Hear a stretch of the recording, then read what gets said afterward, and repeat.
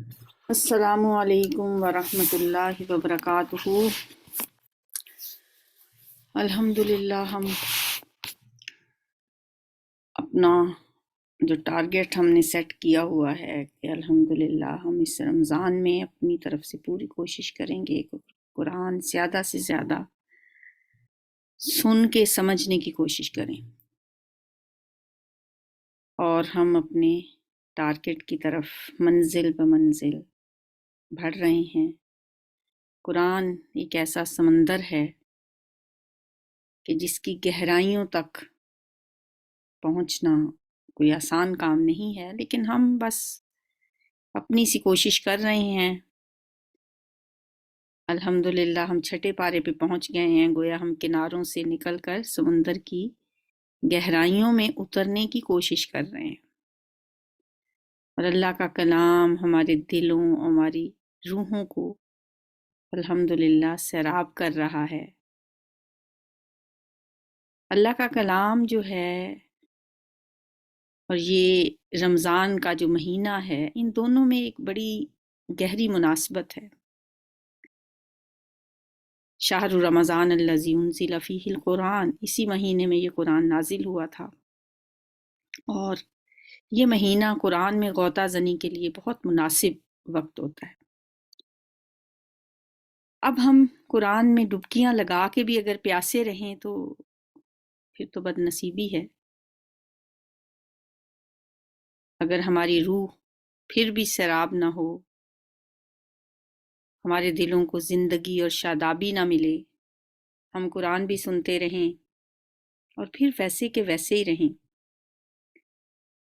تو پھر تو سمجھیں کہ ہم نے کچھ بھی نہیں کیا۔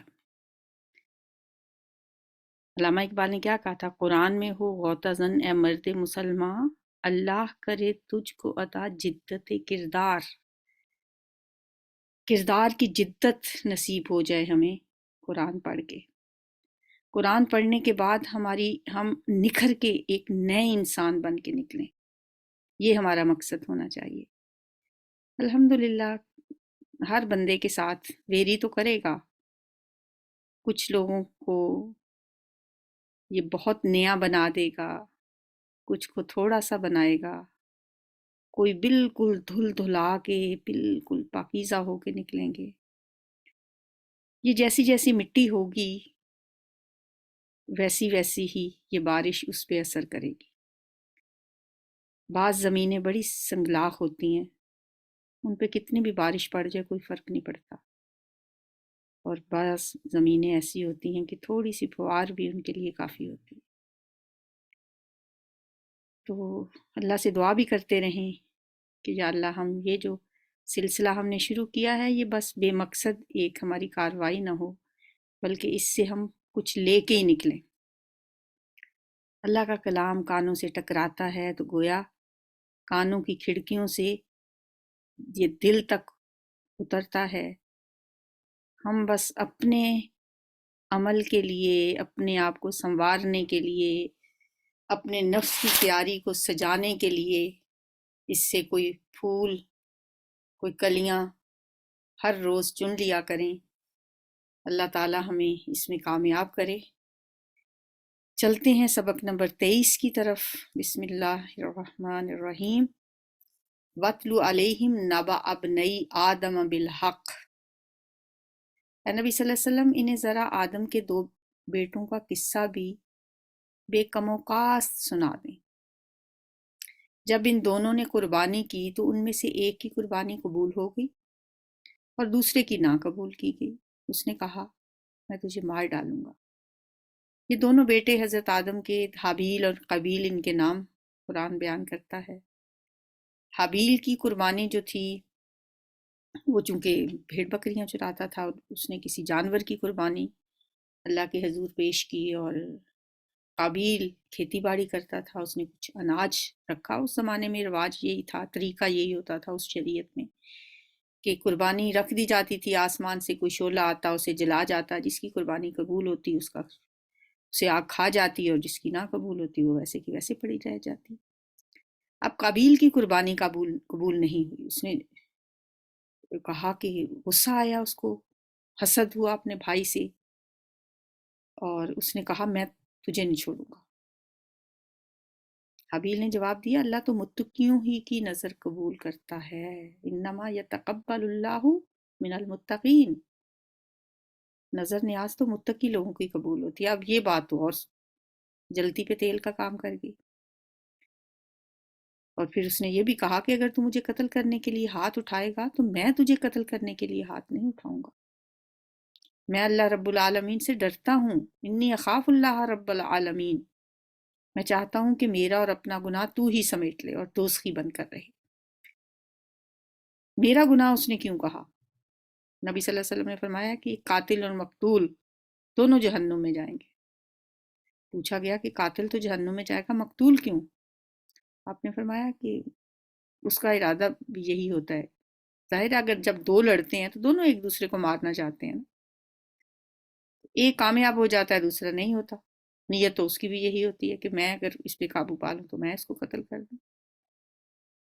تو حابیل نے یہ کہا کہ یعنی کہ میں اگر تمہیں قتل نہیں کر پاؤں گا تو میرا گناہ تو نہیں ہو، مجھے تو گناہ نہیں ہوگا، میرا گناہ بھی تیرے سر جائے گا۔ ظالموں کے ظلم کا یہی ٹھیک بدلہ ہے۔ فَطَوَّعَتْ لَهُ نَفْسُهُ قَتْلَ أَخِيهِ فَقَتَلَهُ، آخر کار اس کے نفس نے اپنے بھائی کا قتل اس کے لیے آسان کر دیا اور وہ اسے مار کر ان لوگوں میں شامل ہو گیا جو نقصان اٹھانے والے ہیں۔ پھر اللہ نے ایک کوا بھیجا، فَبَعَثَ اللَّهُ غُرَابًا يَبْحَثُ فِي الْأَرْضِ، جو زمین کھودنے لگا تاکہ اسے بتائے کہ اپنے بھائی کی لاش کیسے چھپائے۔ یہ دیکھ کر وہ بولا افسوس مجھ پر، میں اس کوے جیسا بھی نہ ہو سکا کہ اپنے بھائی کی لاش چھپانے کی تدبیر نکال لیتا، پہلا قتل تھا نا، کیا پتا تھا کہ لاش کو کیسے ٹھکانے لگا۔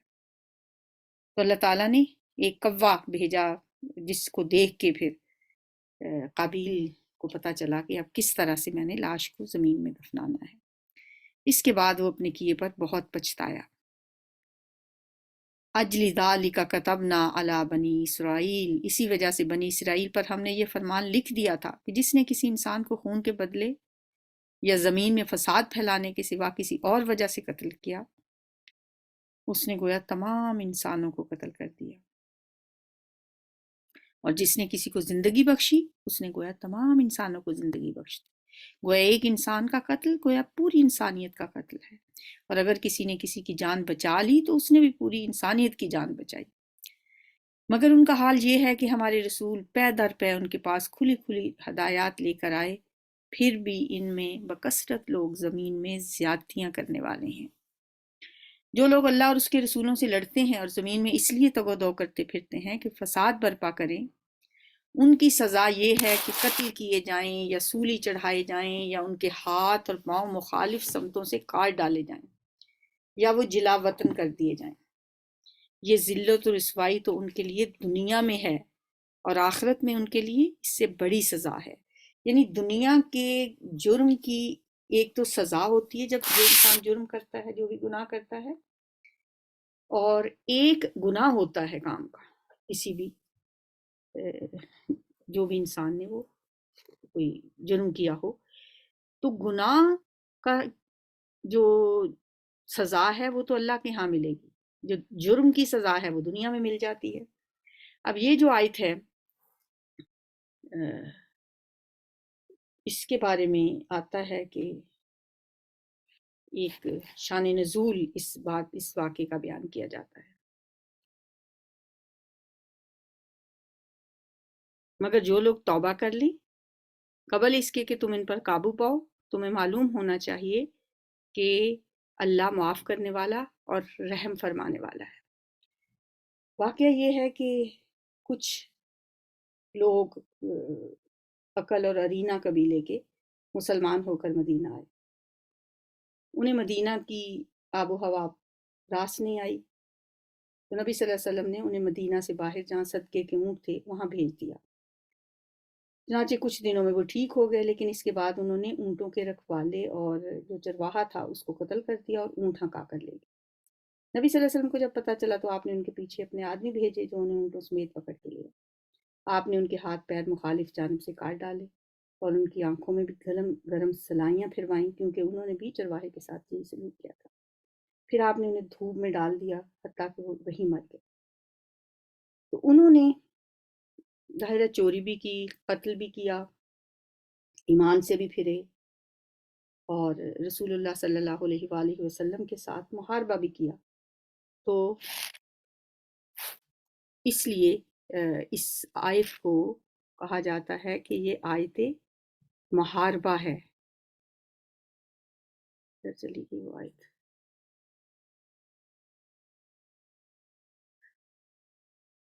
انما جزاء الذین یحاربون، یہاں سے وہ لفظ نکلتا ہے نا، محاربہ، جو لوگ اللہ اور اس کے رسولوں سے لڑتے ہیں اور زمین میں اس لیے کوشش کرتے ہیں کہ فساد برپا کریں،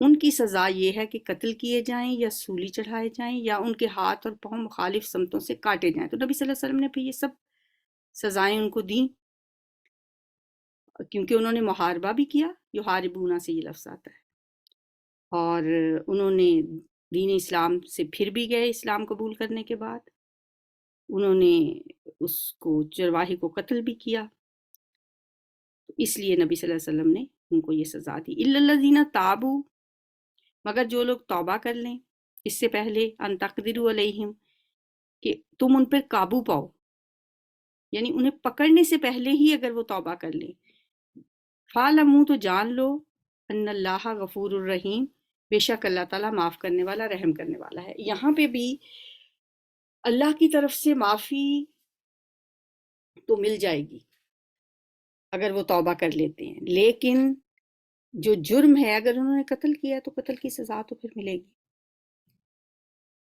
یا ایھا الذین آمنوا اتقوا اللہ وابتغوا الیہ الوسیلۃ وجاہدوا فی سبیلہ لعلکم تفلحون، اے ایمان والو، اللہ سے ڈرو اور اس کی جناب میں باریابی کا ذریعہ تلاش کرو۔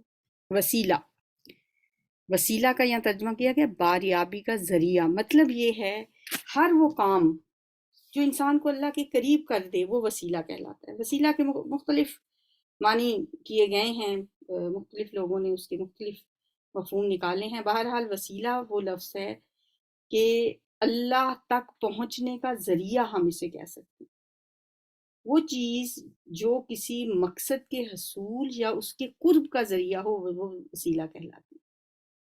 تو اللہ کی طرف وسیلہ تلاش کرو کا مطلب پھر کیا ہوا؟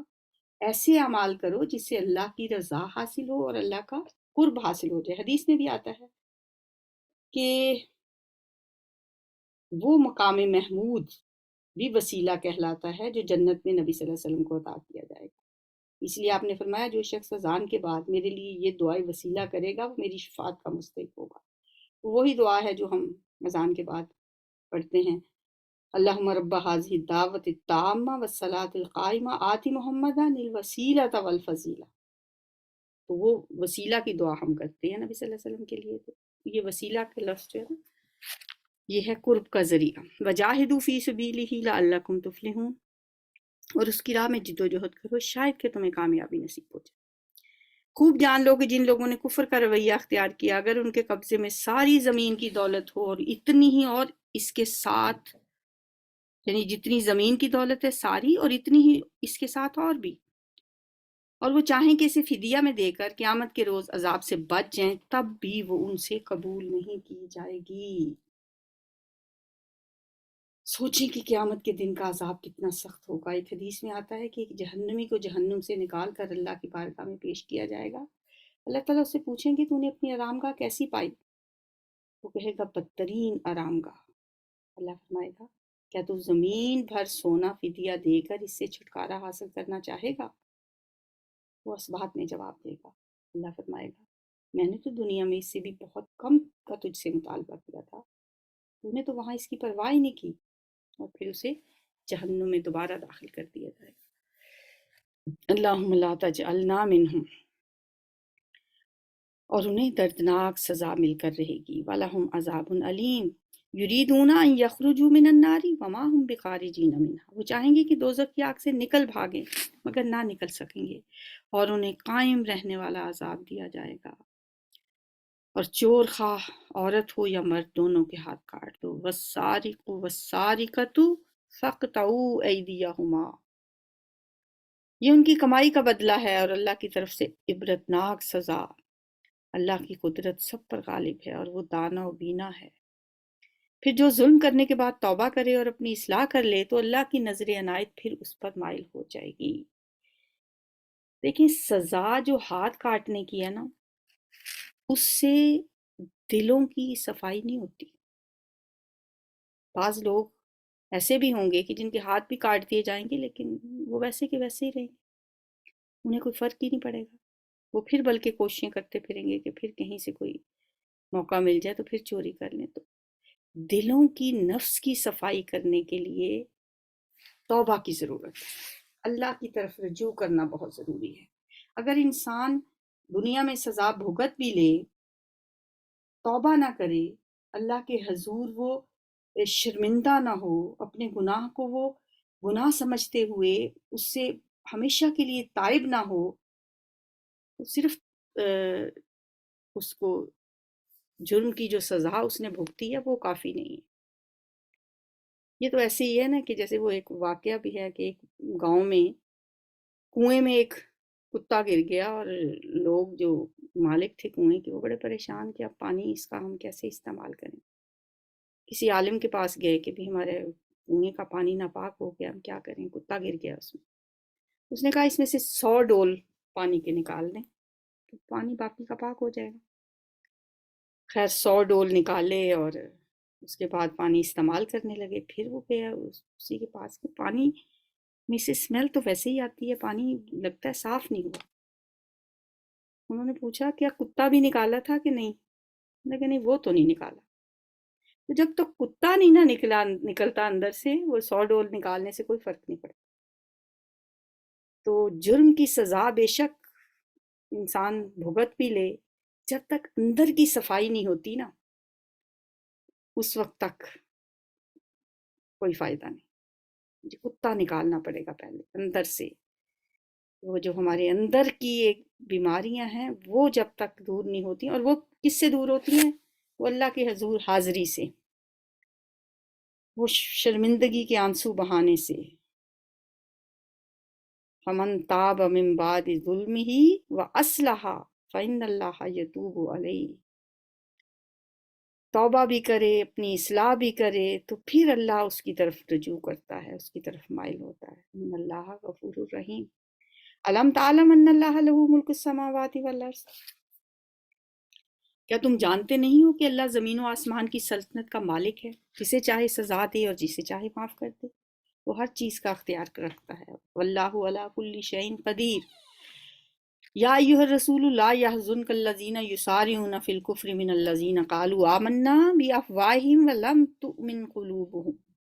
اے پیغمبر صلی اللہ علیہ وسلم، آپ کے لیے باعث رنج نہ ہوں وہ لوگ جو کفر کی راہ میں بڑی تیز گامی دکھا رہے ہیں، خواہ وہ ان میں سے ہوں جو منہ سے کہتے ہیں ہم ایمان لائے مگر دل ان کے ایمان نہیں لائے یعنی منافق ہوں، یا ان میں سے ہوں جو یہودی ہیں جن کا حال یہ ہے کہ جھوٹ کے لیے کان لگاتے ہیں اور دوسرے لوگوں کی خاطر جو آپ کے پاس کبھی نہیں آئے سن گن لیتے پھرتے ہیں، یعنی باتیں سنتے ہیں آپ کی اس لیے کہ جا کے دوسروں کو بتائیں۔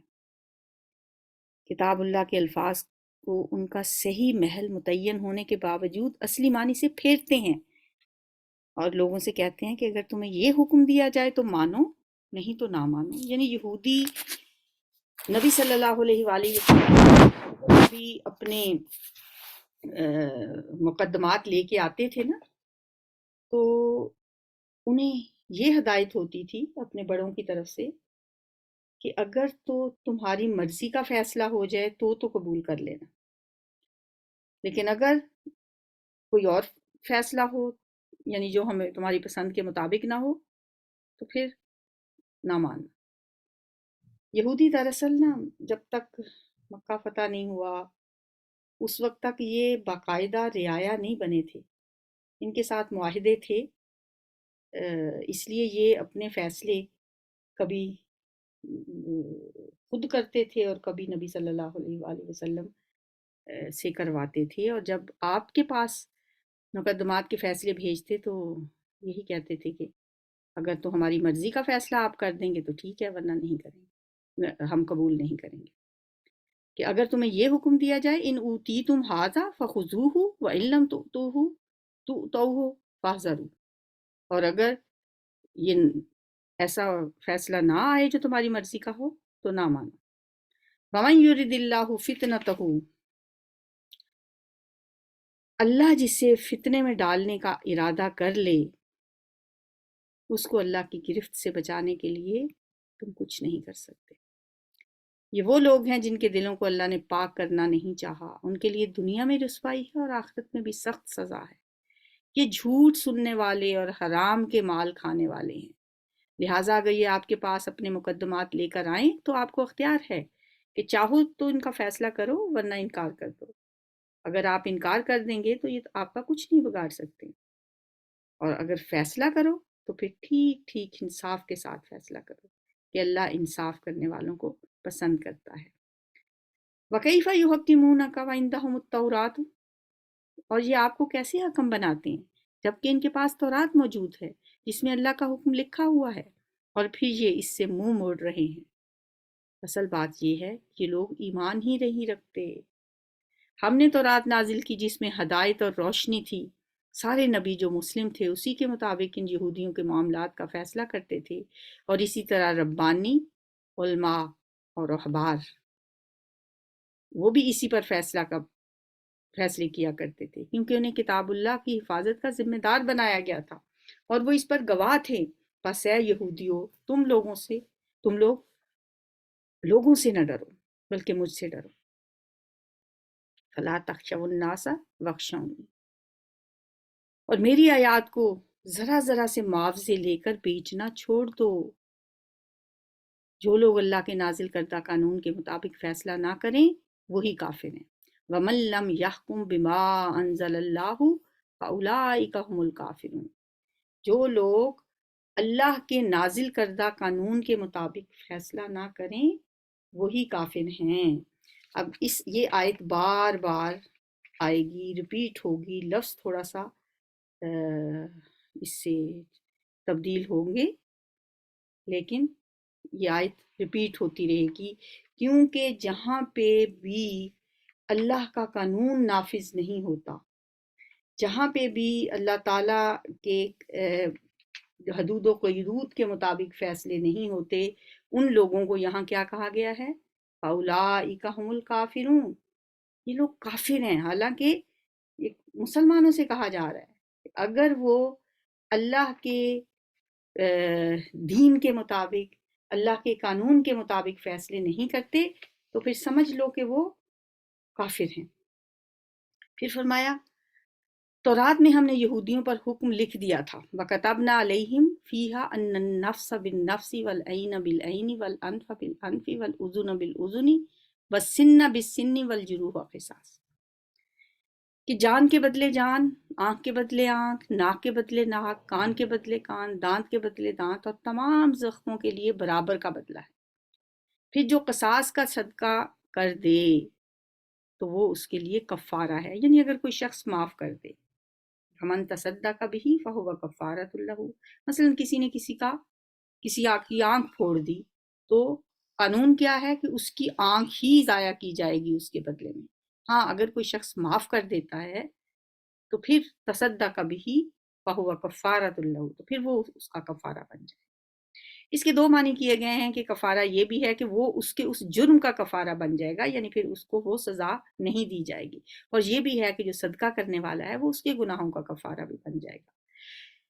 پھر وہی آیت آئی وَمَن لَّمْ يَحْكُم بِمَا أَنزَلَ اللَّهُ فَأُولَٰئِكَ هُمُ الظَّالِمُونَ، جو لوگ بھی اللہ کے نازل کردہ قانون کے مطابق فیصلہ نہیں کریں گے وہ ظالم ہیں۔ اوپر کیا فرمایا تھا؟ جو اللہ کے قانون کے مطابق فیصلہ نہیں کریں گے وہ کافر ہیں، اور یہاں فرمایا کہ جو اللہ کے قانون کے مطابق فیصلہ نہیں کریں گے وہ ظالم ہیں۔ وَقَفَّيْنَا عَلَىٰ آثَارِهِمْ، اور ہم نے پیغمبروں کے بعد مریم کے بیٹے عیسیٰ علیہ السلام کو بھیجا، ان پیغمبروں کے بعد تورات میں سے جو کچھ اس کے سامنے موجود تھا وہ اس کی تصدیق کرنے والا تھا، اور ہم نے اس کو انجیل عطا کی جس میں رہنمائی اور روشنی تھی، اور وہ بھی تورات میں سے جو کچھ اس وقت موجود تھا اس کی تصدیق کرنے والی تھی، اور خدا ترس لوگوں کے لیے سراسر ہدایت اور نصیحت تھی۔ ہمارا حکم تھا کہ اہل انجیل اس قانون کے مطابق فیصلہ کریں جو اللہ نے اس میں نازل کیا ہے، اور جو لوگ اللہ کے نازل کردہ قانون کے مطابق فیصلہ نہ کریں وہی فاسق ہیں۔ اب تیسری دفعہ یہ بات آ رہی ہے کہ جو لوگ اللہ کے قانون کے مطابق فیصلہ نہ کریں وہ، پہلے فرمایا وہ کافر ہیں، پھر فرمایا وہ ظالم ہیں، اب فرمایا وہ فاسق ہیں۔ یعنی اب اگر ہم ان آیات کو دیکھیں اور اپنی دنیا کا جائزہ لیں، پوری دنیا میں، پوری اسلامی ورلڈ میں دیکھیں، کہیں بھی اللہ کا قانون پورے طور پہ نافذ نہیں۔ اللہ نے جو حدود مقرر کی ہیں، اللہ نے جو قوانین بنائے ہیں، اس کے مطابق کہیں بھی فیصلے نہیں ہوتے۔ اور یہاں کتنا زور دیا گیا ہے، کتنی سخت بات کی گئی ہے کہ جو لوگ اللہ کے قانون کے مطابق فیصلہ نہیں کرتے وہی کافر ہیں، وہی ظالم ہیں، وہی فاسق ہیں۔ یعنی اللہ کے سامنے وہ فاسق تصور ہوں گے، کافر تصور ہوں گے اور ظالم تصور ہوں گے۔ ان تینوں الفاظ کو استعمال کر کے اللہ تعالیٰ نے اپنے غضب اور ناراضگی کا اظہار کیا ہے۔ اس کے بعد بھی انسان اگر اپنے ہی خود ساختہ قوانین یا اپنی خواہشات کو اہمیت دے تو پھر اس سے زیادہ بڑی بدقسمتی اور کیا ہو سکتی ہے۔ وَأَنزَلْنَا إِلَيْكَ الْكِتَابَ، پھر اے نبی صلی اللہ علیہ وسلم ہم نے آپ کی طرف یہ کتاب بھیجی جو حق لے کر آئی ہے، اور الکتاب میں سے جو کچھ اس کے آگے موجود ہے اس کی تصدیق کرنے والی ہے۔ یعنی قرآن پاک کس کی تصدیق کرتا ہے؟ جو الکتاب یعنی پچھلی جو کتابیں ہیں ان کی تصدیق کرتا ہے قرآن۔ وَمُحَيْمِنًا، اور یہ اس کا محافظ ہے، نگہبان ہے۔ پچھلی کتابوں میں جو احکامات تھے ان کو ایک طرح سے اس قرآن میں محفوظ کر دیا گیا ہے۔ اس قرآن میں دوبارہ سے اللہ تعالیٰ نے وہ احکامات نازل کر کے ان کو محفوظ کر لیا ہے، گویا یہ کتاب ان کتابوں کی مہیمن ہے، نگہبان ہے۔ لہٰذا آپ اللہ کے نازل کردہ قانون کے مطابق لوگوں کے معاملات کا فیصلہ کریں، اور جو حق آپ کے پاس آیا ہے اس سے منہ موڑ کر ان کی خواہشات کی پیروی نہ کریں۔ ہم نے آپ لوگوں میں سے ہر ایک کے لیے ایک شریعت اور ایک راہ عمل مقرر کر دیا ہے۔ وَجَعَلْنَا مِنْكُمْ شِرْعَةً وَمِنْهَاجًا، ایک شریعت اور ایک راہ عمل مقرر کر دیا ہے۔ اگرچہ آپ کا خدا چاہتا تو آپ سب کو ایک امت بھی بنا سکتا تھا۔ وَلَوْ شَاءَ اللَّهُ لَجَعَلَكُمْ أُمَّةً وَاحِدَةً وَلَٰكِن لِيَبْلُوَكُمْ فِيمَا آتَاكُمْ، لیکن اس نے یہ اس لیے کیا کہ جو کچھ اس نے تم لوگوں کو دیا ہے اس میں تمہاری آزمائش کرے۔ لہٰذا تم کیا کرو؟ فَاسْتَبِقُوا الْخَيْرَاتِ، تم بھلائیوں میں ایک دوسرے سے سبقت لے جانے کی کوشش کرو۔ مقابلے کرنے ہیں تو بھلائیوں میں کرو، نیکیوں میں کرو، خیرات میں کرو۔ فَاسْتَبِقُوا الْخَيْرَاتِ إِلَى اللَّهِ مَرْجِعُكُمْ جَمِيعًا، تم سب کو اللہ کی طرف پلٹ کر جانا ہے۔ فَيُنَبِّئُكُم بِمَا كُنتُمْ فِيهِ تَخْتَلِفُونَ، پھر وہ تمہیں اصل حقیقت بتا دے گا جس میں تم اختلاف کیا کرتے تھے۔ پس اے نبی صلی اللہ علیہ وسلم تم اللہ کے نازل کردہ قانون کے مطابق ان لوگوں کے معاملات کا فیصلہ کرو، ان کی خواہشات کی پیروی نہ کرو۔ ہوشیار رہو کہ یہ لوگ آپ کو فتنہ میں ڈال کر اس ہدایت سے ذرہ برابر منحرف نہ کرنے پائیں جو اللہ نے آپ کی طرف نازل کی ہے۔ پھر اگر یہ اس سے منہ موڑیں تو جان لو کہ اللہ نے ان کے پاس گناہوں کی پاداش میں ان کو مبتلا مصیبت کرنے کا ارادہ کر ہی لیا ہے۔ اور یہ حقیقت ہے کہ ان لوگوں میں سے اکثر فاسق ہیں۔ وَإِنَّ كَثِيرًا مِّنَ النَّاسِ لَفَاسِقُونَ أَفَحُكْمَ الْجَاهِلِيَّةِ يَبْغُونَ، کیا یہ اللہ کے قانون سے منہ موڑتے ہیں تو کیا پھر یہ جاہلیت کا فیصلہ چاہتے ہیں؟ جاہلیت کا لفظ اسلام کے پیرل آیا ہے، اس کے اپوزٹ۔ وَمَنْ أَحْسَنُ مِنَ اللَّهِ حُكْمًا لِقَوْمٍ يُوقِنُونَ، حالانکہ جو لوگ اللہ پر یقین رکھتے ہیں ان کے نزدیک اللہ سے بہتر فیصلہ کرنے والا اور کون ہو سکتا ہے۔ اے لوگو جو ایمان لائے ہو، یہودیوں اور عیسائیوں کو اپنا رفیق نہ بناؤ۔ یہ بات بار بار اس بارے میں بیان کی گئی کہ مومنوں کو چھوڑ کر دوسروں کو، غیروں کو اپنا دوست نہ بناؤ، یہ آپس ہی میں ایک دوسرے کے رفیق ہیں۔ یہ جو بات ہے نا، کہ یہ بعضهم اولیاء بعض، یہ آپس میں ایک دوسرے کے رفیق ہیں، ایک دوسرے کے دوست ہیں. یہ بات تو آپ کھل کے سامنے آ گئی ہے، اور یہ قرآن پاک کی کہ زندہ معجزہ ہونے کی ایک دلیل بھی ہے. قرآن نے یہ جو بات بتائی ہے، آج سے 1500 سال پہلے یہ بات قرآن نے کی تھی، اور آج کھل کے ہمارے سامنے آ گئی کہ یہ لوگ ایک دوسرے کے لیے خیر خواہی رکھتے ہیں، ایک دوسرے کا یہ دوست ہیں. مسلمانوں کے خلاف یہ سیسا پلائی دیوار بن جاتے ہیں. اور اگر تم میں سے کوئی ان کو اپنا رفیق بناتا ہے تو اس کا شمار بھی پھر انہی میں سے ہے. یقیناً اللہ ظالموں کو اپنی رہنمائی سے محروم کر دیتا ہے. ان اللہ لا یہدی القوم الظالمین. تم دیکھتے ہو کہ جن کے دلوں میں نفاق کی بیماری ہے وہ انہی میں دوڑ دھوپ کرتے پھر کہتے ہیں ہمیں ڈر لگتا ہے کہ کہیں ہم کسی مصیبت کے چکر میں نہ پھنس جائیں. مگر بعید نہیں کہ اللہ جب تمہیں فیصلہ کن فتح بخشے گا یا اپنی طرف سے کوئی اور بات ظاہر کرے گا تو یہ لوگ اپنے اس نفاق پر جسے یہ دلوں میں چھپائے ہوئے ہیں نادم ہوں گے، شرمندہ ہوں گے. اور اس وقت اہل ایمان کہیں گے کیا یہ وہی لوگ ہیں جو اللہ کے نام سے کڑی کڑی قسمیں کھا کر یقین دلاتے تھے کہ ہم تمہارے ساتھ ہیں؟ ان کے سب اعمال ضائع ہو گئے اور آخرکار یہ ناکام و نامراد ہو کر رہے. یا ایھا الذین آمنوا من یرتد منکم عن دینہ، اے لوگو جو ایمان لائے ہو، اگر تم میں سے کوئی اپنے دین سے پھرتا ہے تو پھر جائے. اللہ اور بہت سے لوگ ایسے پیدا کر دے گا جو اللہ کو محبوب ہوں گے اور اللہ ان کو محبوب ہوگا. یحبہم و یحبونہ، وہ اللہ سے محبت کریں گے، اللہ ان سے محبت کرے گا. اذلۃ علی المؤمنین عزۃ علی الکافرین، جو مومنوں پر نرم ہوں گے اور کافروں پر سخت ہوں گے. یہ کوالٹیز ہوں گی ان میں. اگر یہ پھرتے ہیں تو پھرنے دو انہیں، اللہ کو کوئی پرواہ نہیں. اللہ ایسے لوگ پیدا کر لے گا جو کیسے ہوں گے؟ وہ ہلکا یاراں تو بریشم کی طرح نرم، رزم حق و باطل ہو تو فولاد ہے مومن. وہ ایسے مومن بنیں گے جو اپنے مومنوں کے لیے تو نرم ہوں گے، شفیق ہوں گے، مہربان ہوں گے، حلیم الطبع ہوں گے. لیکن جب ان کا مقابلہ کسی دشمن قوم کفار سے ہوگا تو وہ ان کے سامنے سیسا پلائی ہوئی دیوار بن جائیں گے. جو اللہ کی راہ میں جد و جہد کریں گے اور کسی ملامت کرنے والے کی ملامت سے نہ ڈریں گے. یہ اللہ کا فضل ہے، جسے چاہتا ہے عطا کرتا ہے. اللہ وسیع ذرائع کا مالک ہے اور سب کچھ جانتا ہے. ذالک فضل اللہ یؤتیہ من یشاء واللہ واسع علیم. انما ولیکم اللہ ورسولہ. اگر کفار کی دوستی نہیں کرنی تو پھر کس سے دوستی کرنی؟ کس کو اپنا رفیق بنانا ہے؟ کس کو اپنا دوست بنانا ہے؟ انما ولیکم اللہ ورسولہ. اے مومنو، تمہارا دوست تو حقیقت میں صرف اور صرف اللہ ہے اور اللہ کا رسول ہے.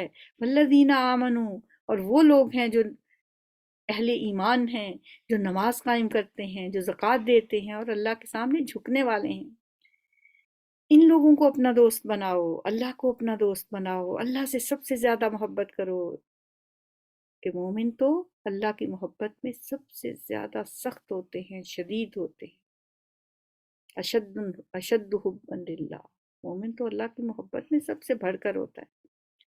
وہ اللہ کو اپنا دوست بناتے ہیں، اللہ کے رسول کو اپنا دوست بناتے ہیں، اور مومنوں کو، ایسے مومنوں کو جو نماز زکوٰۃ قائم کرنے والے ہیں، جو اللہ کے سامنے جھکنے والے ہیں. تو جو ایسے لوگوں کو مومن بنائے گا، دوست بنائے گا، پھر وہ اللہ کے عرش کے سائے تلے جگہ پائے گا. حدیث میں آتا ہے نا کہ قیامت کے دن جب اللہ کے عرش کے سائے کے علاوہ کوئی سایہ نہیں ہوگا تو اللہ کے عرش کے سائے میں 7 قسم کے لوگ ہوں گے، جن میں ایک وہ مسلمان بھی ہے جو دوسرے مسلمان سے صرف اللہ کی خاطر محبت کرتا ہے. کوئی دنیاوی فائدہ نہیں. اس کی نفرتیں بھی اللہ کی خاطر، اس کی محبتیں بھی اللہ کی خاطر. الحب فی اللہ والبغض فی اللہ. تو اللہ کی خاطر محبت کرنے والے عرش کے سائے تلے ہوں گے. تو ہمیں نہیں چاہیے اللہ کے عرش کا سایہ. ہم اللہ کی خاطر بندوں سے محبت کریں، اللہ سے تو محبت کریں ہی. مومن اللہ سے سب سے بڑھ کے محبت کرتا ہے، اللہ ہی کو اپنا ولی اور دوست سمجھتا ہے. اور جس کا ولی اور دوست اللہ بن جائے اسے اور کیا چاہیے؟ اسے تو سب کچھ مل گیا. وہ اللہ جو ہر چیز پہ قادر ہے، اگر وہ اس کا دوست ہو تو اسے اور کیا چاہیے؟ ان آیات سے ہم نے کیا سیکھا کہ ہم نے اللہ کی محبت پانے کے لیے، اللہ کے رسول کی محبت پانے کے لیے، مومنوں کی محبت پانے کے لیے ساری محبتیں چھوڑ دینی، دنیا کی محبت، مال و دولت کی محبت، طاغوت کی محبت، غیر اللہ کی محبت، بہت ساری محبتیں ہیں جو ہمارے دلوں کو جس نے بھرا ہوا ہے، ہمارے دل میں جگہ ہی نہیں ہے اللہ کے لیے۔ اپنی ذرا جگہ جھانک کے تو دیکھیں اندر، وہاں کچھ ہے۔ اس لیے وہ دعا بھی ایک ہے نا بڑی خوبصورت، یا اللہ میرے دل کو خالی کر دے ان ساری محبتوں سے، جگہ بنے گی تو اللہ کی محبت اس میں آئے گی نا۔ اللہ کی دوستی کیسے سمائے گی ادھر، اللہ کی محبت کیسے سمائے گی جہاں جگہ ہی کوئی نہیں، ایک کمرہ بھرا ہوا ہو، پہلے ہی اس میں صوفے، بیڈ اور کرسیاں اور میز رکھے ہوئے ہیں، آپ ایک اور 7 سیٹر صوفہ لے آئیں تو کہاں رکھیں گے؟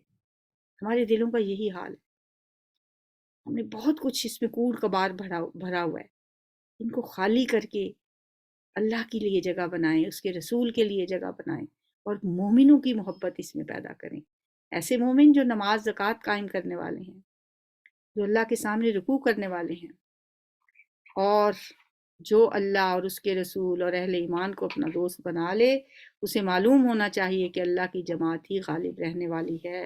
فَإِنَّ حِزْبَ اللَّهِ هُمُ الْغَالِبُونَ، بے شک اللہ کا گروہ ہی غالب ہے۔ اللہ سے دعا ہے کہ وہ ہمیں عمل کی توفیق دے، جو کچھ ہم پڑھتے ہیں، جو ہم سنتے ہیں، جو ہمارے سماعتوں سے ٹکراتا ہے، اس سے ہم اپنے لیے کوئی پھول پھوٹے اپنے دلوں میں بھی سجا لیں، ہمارے عمل میں بھی تبدیلیاں آ جائیں۔ سبحانک اللہم و بحمدک، نشہد ان لا الہ الا انت، نستغفرک ونتوب الیک۔ السلام علیکم ورحمۃ اللہ۔